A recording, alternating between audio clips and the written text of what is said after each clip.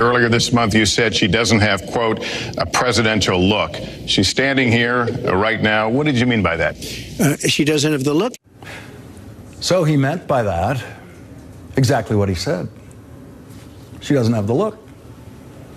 This was a likely question that a competent campaign staff would have prepared Donald Trump to answer with deflection because there's no other way. And instead, he insulted Hillary Clinton and women everywhere over something imaginary, over something somewhere deep in his dysfunctional brain, something Donald Trump calls the look.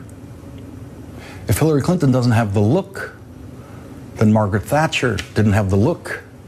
Indira Gandhi didn't have the look. Golda Meir didn't have the look. But after insisting that Hillary Clinton didn't have the look, Donald Trump went on to say that she didn't have the stamina, which Hillary Clinton then handled masterfully.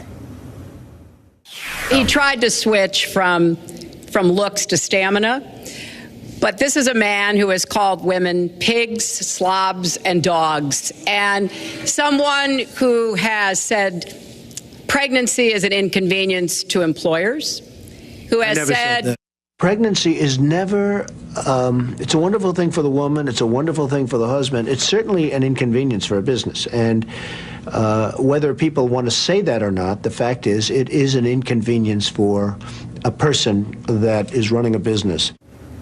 So yeah, he said it, and Hillary Clinton wasn't finished.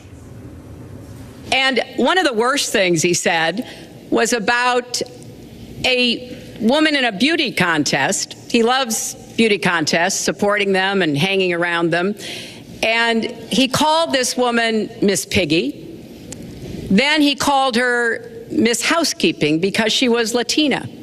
Donald, she has a name. Where did you find her this? name Where is did you find Alicia this? Machado. Where did you find and it? she has become a U.S. citizen, and you can bet really? she's going to vote this November. Okay, Final question. Hillary is hitting me with tremendous commercials.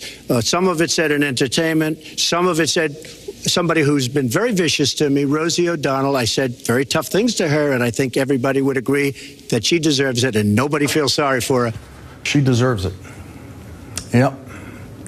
That is what every man guilty of spousal abuse always thinks. I've talked to prosecutors who've handled these cases. I've talked to defense lawyers who represent these guys. She deserves it. That's what they say. That is what enables them to do what they do to women. Women they once loved, mothers of their children. Donald Trump believes that about every abusive thing that he has ever said about anyone, about any woman. And what he said last night, in those words, he shamed every person associated with his campaign, including his children, when he said everybody would agree. Those were his words, everybody would agree. He has said repeatedly that Rosie O'Donnell deserves every vile thing that he has ever said about her, and he believes that. Everybody would agree with that. He believes that because presumably everyone in his family, in his campaign office, on his campaign plane, his campaign manager, all of them, everybody, they all agree with that. And it should be presumed by the news media that they do, that Kellyanne Conway and Ivanka Trump and every other woman who is working hard to make Donald Trump the next president of the United States agrees with that. She deserves it. That they all agree with the verbal abuser, that she deserves it.